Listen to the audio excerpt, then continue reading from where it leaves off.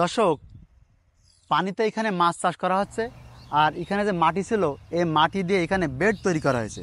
আর এই বেডের উপরে সিম চাষ করা হচ্ছে এবং করলা চাষ করা হচ্ছে। আপনারা দেখুন এখানে কত সুন্দরভাবে এই সিম গাছগুলো এখানে রোপণ করা হয়েছিল।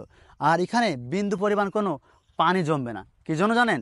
এখান থেকে যে মাটি ছিল, এই মাটিগুলো সিম গাছের গোড়ায় দেওয়া হয়েছে। আর এখন কিন্তু বর্ষার সময় প্রায় ধর্ব ধর্ব একটা ভাব।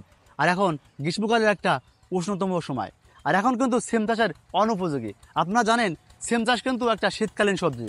আর আমাদের কৃষকের এখন গ্রীষ্মকালে সিম চাষ কীভাবে উপযোগী করে তুলতে হয় তার একটা বাস্তব দৃষ্টান্ত আপনারা কিন্তু এখানে দেখতে পাচ্ছেন।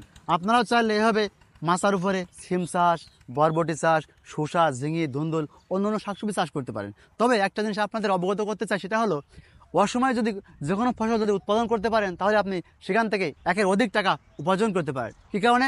একটা উদাহরণস্বরূপ, শীতকালে যদি আপনি বাঁধাকপি, ফুলকপি চাষ করেন, তাহলে সেখানে আপনি অল্প টাকা পেতে পারেন। আর এই অসময় যদি এই সিম চাষ বা অন্যান্য শাকসবজি চাষ করতে পারেন, তাহলে এখান থেকে যদি এই সিম এখন 1 কেজি বিক্রি করতে পারেন, তাহলে 120 থেকে 200 টাকা পর্যন্ত বিক্রি করতে পারেন। আরেকটা জিনিস আপনার দেখায়, দেখুন এখানে পানি আছে। এই পানিতে কিন্তু পোনা মাছ ছাড়বে এই ক্ষেত্রে কৃষক। আর এই পোনা মাছ বিক্রি করে এখান থেকে অতিরিক্ত টাকা উপার্জন করতে পারে।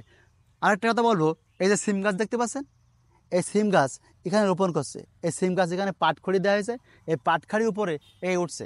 আর কিছুদিন পরে এই বেডের পর দেওয়া হবে। আর এই গাছগুলোর পর যখন উঠবে, তখন এখানে ফুল আসবে, ফল আসবে। তখন কৃষক এখানে পরিচর্যা করবে, স্প্রে দেবে, অন্যান্য পরিচর্যা করবে। তা আপনাদের একটা কথা বলতে চাই, আপনাদের যেখানে উপযোগী জায়গা জমি আছে, এমন বেড করে বা নালা করে মাছ চাষ করা যাবে। আবার বেডের উপরে সিম চাষ করা যাবে, করলা চাষ করা যাবে, ঝিঙা, ধুন্দাল বা অন্যান্য ফসল চাষ করা যাবে।